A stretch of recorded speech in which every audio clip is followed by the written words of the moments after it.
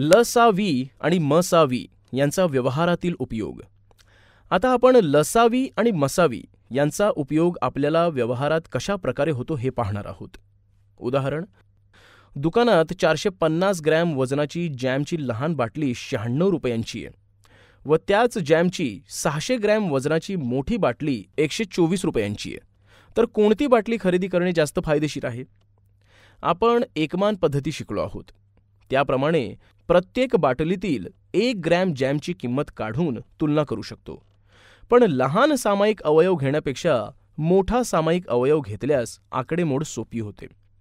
450 व 600चा मसावी काढू.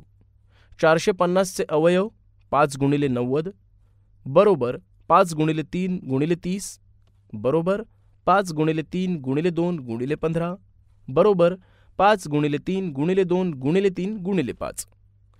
600चे अवयव 2 गुणिले 300 बरोबर 2 गुणिले 2 गुणिले 150 बरोबर 2 गुणिले 2 गुणिले 5 गुणिले 30 बरोबर 2 गुणिले 2 गुणिले 5 गुणिले 2 गुणिले 15 बरोबर 2 गुणिले 2 गुणिले 5 गुणिले 2 गुणिले 3 गुणिले 5.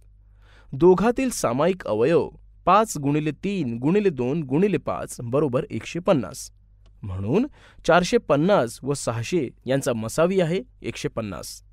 450 ग्रॅम बरोबर 150 गुणिले 3 आणि 600 ग्रॅम बरोबर 150 गुणिले 4.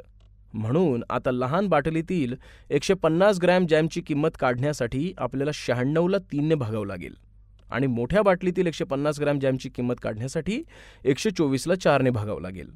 म्हणून लहान बाटलीतील 150 ग्रॅम जॅमची किंमत 96 भागिले 3 बरोबर 32 रुपये आहे आणि मोठ्या बाटलीतील 150 ग्रॅम जॅमची किंमत 124 भागिले 4 बरोबर 31 रुपये आहे.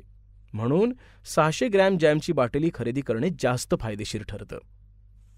उदाहरण, श्रेयस, शलाका आणि स्नेहल एका वर्तुळाकार धावपट्टीच्या एका ठिकाणावरून एकाच वेळी पळण्यास सुरुवात करतात व अनुक्रमे 16, 24 व 18 मिनिटात एक फेरी पूर्ण करतात.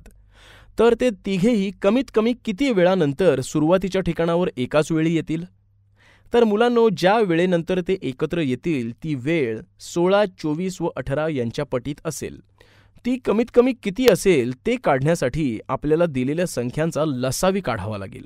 म्हणून 16 बरोबर 2 गुणिले 2 गुणिले 2 गुणिले 2, 24 बरोबर 2 गुणिले 2 गुणिले 2 गुणिले 3 आणि 18 बरोबर 2 गुणिले 3 गुणिले 3. 16च्या अवयवामध्ये 2 ही संख्या जास्तीत जास्त 4 वेळा आहे आणि 18च्या अवयवामध्ये 3 ही संख्या जास्तीत जास्त 2 वेळा आहे. म्हणून लसावी बरोबर 2 गुणिले 2 गुणिले 2 गुणिले 2 गुणिले 3 गुणिले 3 बरोबर 144 मिनिटे. 1 तास म्हणजे 60 मिनिटे.